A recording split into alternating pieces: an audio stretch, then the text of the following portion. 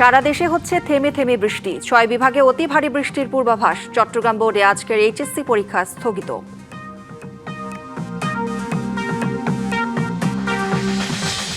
মশায় অতিষ্ঠ ঢাকাবাসী। ২ সিটি কর্পোরেশনের কামান দাগাতেও ফলাফল শূন্য। নগরবাসীকে সচেতন হওয়ার তাগিদ।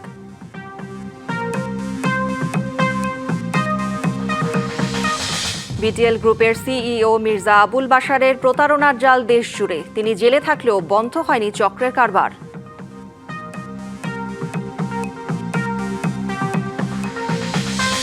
এবং যুদ্ধবিরতির মধ্যে ইরানে আবারও যুক্তরাষ্ট্রের হামলা। হরমুজ প্রণালী ঘিরে পাল্টাপাল্টি অবস্থানে উদ্বেগ বাড়ছে বিশ্বজুড়ে। দেখছিলেন মার্কেন্টাইল ব্যাংক সংবাদ শিরোনাম। এবার জানাবো খবরের বিস্তারিত। আপনাদের সাথে আছি আমি কাঞ্জুম কৌরি। মৌসুমী নিম্নচাপের প্রভাবে মাসব্যাপী বিভিন্ন অঞ্চলে বৃষ্টিপাত অব্যাহত থাকবে বলে জানিয়েছে আবহাওয়া অধিদপ্তর। বিশেষত খুলনা, বরিশাল, চট্টগ্রাম, রংপুর, ময়মনসিংহ এবং সিলেট বিভাগে অতি ভারী বৃষ্টির পূর্বাভাস দিয়েছেন কর্মকর্তারা। চট্টগ্রামের বিভিন্ন এলাকায় অস্থায়ী জলাবদ্ধতা সহ ভূমিধসের ঘটনা অব্যাহত থাকতে পারে বলেও শঙ্কা তাদের। ক্ষতি এড়াতে পার্বত্য অঞ্চলে সতর্কতা জারি করা হয়েছে। জুলাই মাসে সাধারণত ২৫ থেকে ২৮ দিন বৃষ্টিপাত থাকে। এবছর জুলাইয়ের শুরুতে অতি ভারী বর্ষণের কারণে দেশের উত্তর পূর্বাঞ্চলে ঘটছে পাহাড় ধসের ঘটনা।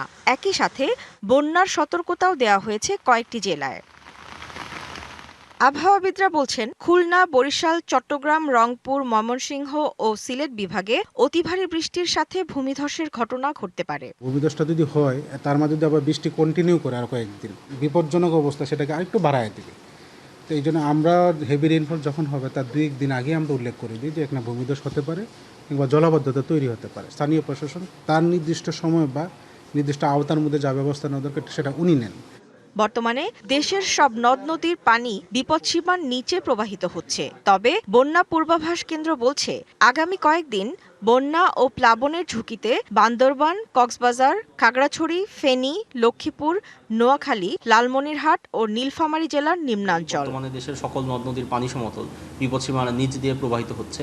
আগামী ৩ থেকে ৪ দিনে দেশের দক্ষিণ পূর্বাঞ্চলীয় পার্বত্য অববাহিকা, উত্তর পূর্বাঞ্চলীয় হাওড়া অববাহিকা এবং উত্তরাঞ্চলের তিস্তা নদী অববাহিকাতে স্বল্পমেয়াদী বন্যার ঝুঁকি রয়েছে, যা আগামী ৩ থেকে ৪ দিন পরে হ্রাস পেতে পারে। এছাড়া বান্দরবান, কক্সবাজার, খাগড়াছড়ি ও ফেনীতে সতর্কতা জারি করেছে প্রশাসন। Humaira Faruqui, DBC news, Dhaka. সক্রিয় মৌসুমী বায়ুর প্রভাবে দেশের বিভিন্ন অঞ্চলে টানা ভারী বৃষ্টিতে স্থবির জনজীবন। বৈরী আবহাওয়ায় চট্টগ্রাম বিভাগের ৫ জেলায় আজকের এইচএসসি পরীক্ষা স্থগিত করা হয়েছে। আগামী ৪৮ ঘণ্টায় দেশের ৪ বিভাগে ভারী থেকে অতি ভারী বৃষ্টির পূর্বাভাস দিয়েছে আবহাওয়া অধিদপ্তর। আগামী ৭২ ঘণ্টা কক্সবাজার, বান্দরবান, চট্টগ্রাম, রাঙ্গামাটি ও খাগড়াছড়ি জেলায় পাহাড়ি ঢল, পাহাড় ধস এবং আকস্মিক বন্যার উচ্চ ঝুঁকি রয়েছে, যার মধ্যে কক্সবাজার ও বান্দরবান জেলায় পাহাড় ধসের ঝুঁকি সবচেয়ে বেশি। এর মধ্যে বান্দরবানে সাঙ্গু ও মাতামুহুরী নদী বিপদসীমার উপর দিয়ে প্রবাহিত হওয়ায় নিম্নাঞ্চল প্লাবিত হয়েছে। ফলে রাত থেকেই ঘর ছেড়ে নিরাপদ আশ্রয়ের খোঁজে ছুটছেন মানুষ। এছাড়া গত ২ দিন ধরে চলা টানা বর্ষণে নগরীর নিচু এলাকাগুলোতে এখন হাঁটুর ওপর পানি, কোথাও কোথাও তার রূপ নিয়েছে কোমর পানিতে। এদিকে মৌসুমী স্থল নিম্নচাপের প্রভাবে পটুয়াখালীতে টানা মাঝারি থেকে ভারী বৃষ্টিপাত অব্যাহত রয়েছে। এছাড়া বঙ্গোপসাগরে ট্রলার ডুবির ঘটনায় এখনও ৬ জন নিখোঁজ রয়েছেন। নিখোঁজ জেলেদের উদ্ধারে কোস্টগার্ড, উপজেলা প্রশাসন এবং সংশ্লিষ্ট সংস্থাগুলো যৌথভাবে তল্লাশি অভিযান চালিয়ে যাচ্ছে।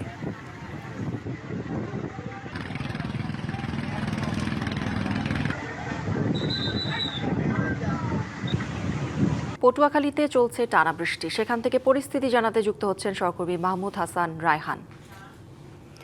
রায়হান, পটুয়াখালীতে আজকের আবহাওয়া কেমন, সার্বিক পরিস্থিতি জানাবেন আমাদের। কৌরি, আপনাকে ধন্যবাদ। টানা ৪ দিনের বৃষ্টিতে পটুয়াখালী শহরের যে নিম্ন অঞ্চলগুলো যে রয়েছে, নিম্ন এলাকাগুলো রয়েছে, সেখানে কিছুটা প্লাবিত হয়েছে এবং পৌরসভা পক্ষ থেকে দেখা গেছে যে দ্রুত সময়ের ভিতরে সেই পয়ঃনিষ্কাশন ব্যবস্থা করেছেন। তবে আমি এখন রয়েছি পটুয়াখালী পৌর শহরের যে পৌর বাস স্ট্যান্ড রয়েছে এখানে দেখছেন যে জলাবদ্ধতা তৈরি হয়ে রয়েছে এবং পটুয়াখালী শহরের সবচেয়ে বেশি দুর্ভোগের জায়গাটি হচ্ছে এই পৌর বাস স্ট্যান্ড, যেখান থেকে প্রতিদিন হাজার হাজার মানুষ এখান থেকে কিন্তু চলাচল করে হয়ে থাকে এবং এই সামান্য বৃষ্টিপাত হলেই এখানে কিন্তু জলাবদ্ধতা তৈরি হয়ে থাকে। তবে এই 4 দিনের বৃষ্টিপাতে এখানে কিন্তু একেবারে নাজেহাল অবস্থা হয়ে পড়েছে। যারা সাধারণ মানুষ যারা রয়েছে তারা কিন্তু এখান থেকে চলাচল করতে তাদের অনেক কষ্ট করতে হচ্ছে এবং এই জলাবদ্ধতার মধ্য দিয়ে কিন্তু গাড়ি চলাচল সহ সাধারণ যে যাত্রী যারা রয়েছে তারা কিন্তু এখান থেকে চলাচল করছে। তবে আপনাদেরকে যদি একটু জানিয়ে রাখি যে এই টানা বৃষ্টিতে এবং বঙ্গোপসাগরে কিন্তু একটি মাছ ধরার ট্রলার কিন্তু ডুবের ঘটনা ঘটেছে এবং সেখানে 11 জন জেলের মধ্য থেকে প্রায় 5 জনকে উদ্ধার করা গেলেও এখনও 6 জন কিন্তু নিখোঁজ রয়েছে এবং তাদেরকে উদ্ধারের জন্য উপজেলা প্রশাসন, কোস্টগার্ড তারা কিন্তু কাজ করছে এবং এই জেলে সম্প্রদায় যারা তাদের কিন্তু এই বৈরী আবহাওয়ার মধ্য দিয়েই কিন্তু এই মাছ শিকারে যেতে হয় এবং অনেক জেলেরা বলছেন তাদের নিরাপত্তার বিষয়টি কিন্তু এখন প্রশ্নের মুখে, কারণ এই জেলেদের উদ্ধার কাজে তাদের কিন্তু তারা সন্তুষ্ট নয় এবং এই জেলেদের পাশে প্রশাসন আমরা দেখেছি তারা এখানে তাদেরকে আর্থিক সহায়তা এবং তাদের খোঁজ খবর নিচ্ছেন। তবে বঙ্গোপসাগরের এই বৈরী আবহাওয়ার কারণে কিন্তু আবহাওয়া অধিদপ্তর তারা জানিয়েছেন যে এই বৈরী আবহাওয়া বেশ কিছুদিন কিন্তু চলমান থাকবে এবং এইখান থেকেই কিন্তু এই জেলেদের নিরাপত্তার প্রশ্নটি হয়েছে। তবে আমি আপনাদেরকে দেখাচ্ছিলাম যে পটুয়াখালীর পৌর বাস স্ট্যান্ডের যে সার্বিক চিত্রটি, এই টানা বৃষ্টিতে সাধারণ মানুষ এবং স্কুলগামী যে সকল শিক্ষার্থীরা রয়েছে দিনমজুর তাদের কিন্তু অনেক কষ্ট করতে হচ্ছে, কারণ টানা 4 দিনের বৃষ্টিতে তাদের কিন্তু আয় রোজগার যে পথ সেটা কিন্তু প্রায় বন্ধ হয়ে যাওয়ার মতো এবং সাধারণ মানুষ সহ রিক্সা চালক এবং দিনমজুর যারা প্রতিদিনে কাজ করে থাকেন তারা কাজে যেতে পারছেন না এবং কাজ করতে পারছেন না এবং তারা কিন্তু খুবই কষ্টের দিন পার করতে হচ্ছে। তবে এই বৈরী আবহাওয়া এটা কিন্তু দক্ষিণ অঞ্চলে কিন্তু প্রায় সময় কিন্তু এটা হয়ে থাকে। তবে বঙ্গোপসাগরের যে ঘটনাটি এটা কিন্তু খুবই জেলেদের মনে কিন্তু খুবই কষ্ট দিচ্ছে এবং এটা কিন্তু মৎস্য খাতে কিন্তু বড় একটি ক্ষতির সম্ভাবনা দেখছেন। পটুয়াখালীর বাস স্ট্যান্ড থেকে এই ছিল আমার কাছ থেকে সর্বশেষ সংবাদ। রায়হান, ধন্যবাদ আপনাকে।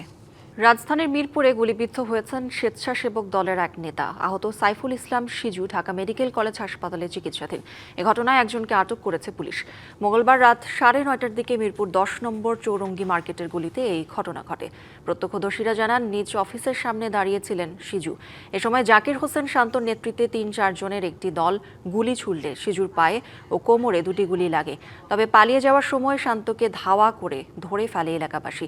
পরে তাকে পুলিশে সোপর্দ করা হয়।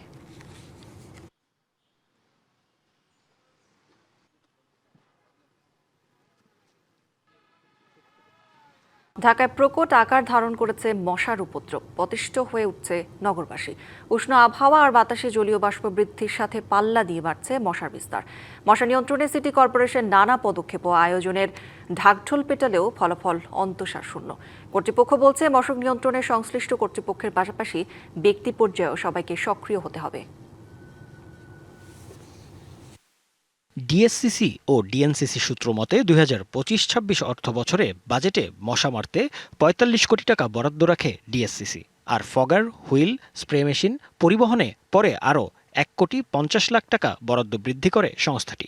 একই অর্থ বছরে মশক নিয়ন্ত্রণে 187,75,00,000 টাকা বরাদ্দ রাখে ডিএনসিসি। আর 2026-27 অর্থ বছরে মশক খাতে আরও বেশি বরাদ্দের প্রস্তুতি চলছে বলে জানায় সংস্থা দুটি। মশা নিধনে কাগজে কলমে কোটি টাকার বাজেট থাকলেও বাস্তবে সফলতা সামান্যই। নাগরিকরা বলছেন কোনোভাবেই মশার উপদ্রব থেকে রেহাই পাচ্ছেন না তারা। এখন ডেঙ্গুর মৌসুম হয় তারা শঙ্কিত। মশা সন্ধ্যার পরে থেকে আক্রমণ করে আর ওরা দিনের বেলায় মশার ওষুধ দেওয়া যায়, ওষুধ দেয়, ওষুধ যখন এরকম কাজ কম করে। মশার আরো পদক্ষেপ বাড়াই নেওয়া উচিত। এখন যেভাবে আছে এর থেকে আরেকটু ভালো নিলে দেখা যাচ্ছে আরো কমবে। অনেকেই মনে করেন দায়িত্বশীলদের পাশাপাশি মশা নিয়ন্ত্রণে সচেতন হতে হবে নাগরিকদের। পরিষ্কার রাখতে হবে নিজ আঙিনা। এটার জন্য লোক পাঠানো দরকার, যে পরিষ্কার পরিচ্ছন্নতা চেক করার জন্য। বিকালবেলা আসে, আইসা তারা মশার ওষুধ দেয়, দেওয়ার পরে কিছু মরার পরে দেয়া যায় সেই। ঢাকা উত্তর সিটির প্রধান স্বাস্থ্য কর্মকর্তা জানান কয়েকটি ধাপে চলে মশা নিধন কার্যক্রম। প্রচলিত পদ্ধতির পাশাপাশি আধুনিক উপায়ে মশক নিয়ন্ত্রণের লক্ষ্যে কাজ চলছে। এই সিজনটা হচ্ছে মশার বংশ বিস্তারের সিজন। সেই জন্য আমাদের টার্গেটটা হচ্ছে যে আমরা খুঁজে খুঁজে লার্ভাগুলো বের করব, লার্ভা ধ্বংস করব এবং জনগণকে সম্পৃক্ত করব, যাতে জনগণ নিজেরাই উদ্যোগী হয়ে তার বাড়ির আশেপাশে যে জায়গাগুলোতে বৃষ্টির পানি বা অন্যান্য পানি জমতে পারে সেগুলোকে রিমুভ করা। দেশে প্রতিবছর জুন থেকে আগস্টে মশাবাহিত রোগের প্রকোপ দেখা যায়। উন্নত বিশ্বের মতো কার্যকর পদক্ষেপ নিতে পারলে মশার উপদ্রব কমানো সম্ভব বলে জানান সংশ্লিষ্ট দায়িত্বশীলরা। জাকারিয়া খান, ডিবিসি নিউজ, ঢাকা। প্রতারণার দায়ে এখন জেলে বিটিএল গ্রুপের সিইও মির্জা আবুল বাশার। তবে থেমে যায়নি তার চক্রের কারবার। 10 সদস্যের বেশি ওই বাহিনীর অন্যতম শাকিল ইসলাম রাজা নামের এক ব্যক্তি। জেল থেকে বেরিয়ে তিনি আবার শুরু করেছেন আগের কার্যক্রম। প্রশাসন ও রাজনৈতিক বিভিন্ন পর্যায়ের শীর্ষ কর্মকর্তা বা নেতাদের নাম ভাঙিয়ে চালানো হচ্ছে অপরাধ কর্ম। সিন্ডিকেট চক্র। আমি যার কাছ থেকে গাড়িটা কিনি ওই গাড়ির মালিকের নাম আনিসুল হক খান, আইনমন্ত্রী ছিল আনিসুল হক খান। সেটার নামের সাথে মিলে যাওয়ার কারণে ওরা এটা গায়েব করে দেওয়ার চেষ্টা করে। যার কাছে আপনারা গিয়েছেন সে তো ভিকটিম না, উনি একজন ডক্টর, রোগী দেখেন। পলিটিক্স করে এমন তো এখন পলিটিক্স যারা করে তাকে হচ্ছে যে পরীক্ষাতে যে মনে ছাত্র সেক্রেটারি করো না। রাজধানী ঢাকা সহ দেশের বিভিন্ন এলাকায় প্রতারণার মাধ্যমে কোটি কোটি টাকা হাতিয়ে নেওয়ার অভিযোগ রয়েছে বিটিএল গ্রুপের সিইও মির্জা আবুল বাশার চক্রের বিরুদ্ধে। চাকরির প্রলোভন, আসামিকে মুক্ত করার আশ্বাস, গাড়ি কেনাবেচা এবং ব্যবসায় বিনিয়োগ, বিভিন্ন ক্ষেত্রে তাদের প্রতারণার জাল বিস্তৃত। গত বছরের 4 জুলাই গুলশান থানায় 3টি গাড়ি আত্মসাতের একটি মামলার পরিপ্রেক্ষিতে তদন্তে নামে DB cyber and special crime unit. এর মধ্যে 2টি উদ্ধার করা হয়। এ ঘটনায় গ্রেপ্তার হয় চক্রের মূল হোতা আবুল বাশার ও শাকিল ইসলাম রাজা। গ্রেপ্তারের পর সামনে আসে চক্রের আরও সদস্যের নাম। পরে একে একে 5 জনকে গ্রেপ্তার করে ডিবি। গোয়েন্দা অনুসন্ধানে উদ্ধার না হওয়া গাড়িটির সন্ধান মেলে চক্রের অন্যতম সদস্য শাকিল ইসলাম রাজার মোবাইল ফোনে। তদন্ত সংশ্লিষ্টদের দাবি গাড়ির রং এবং নাম্বার প্লেটও বদলে ফেলা হয়।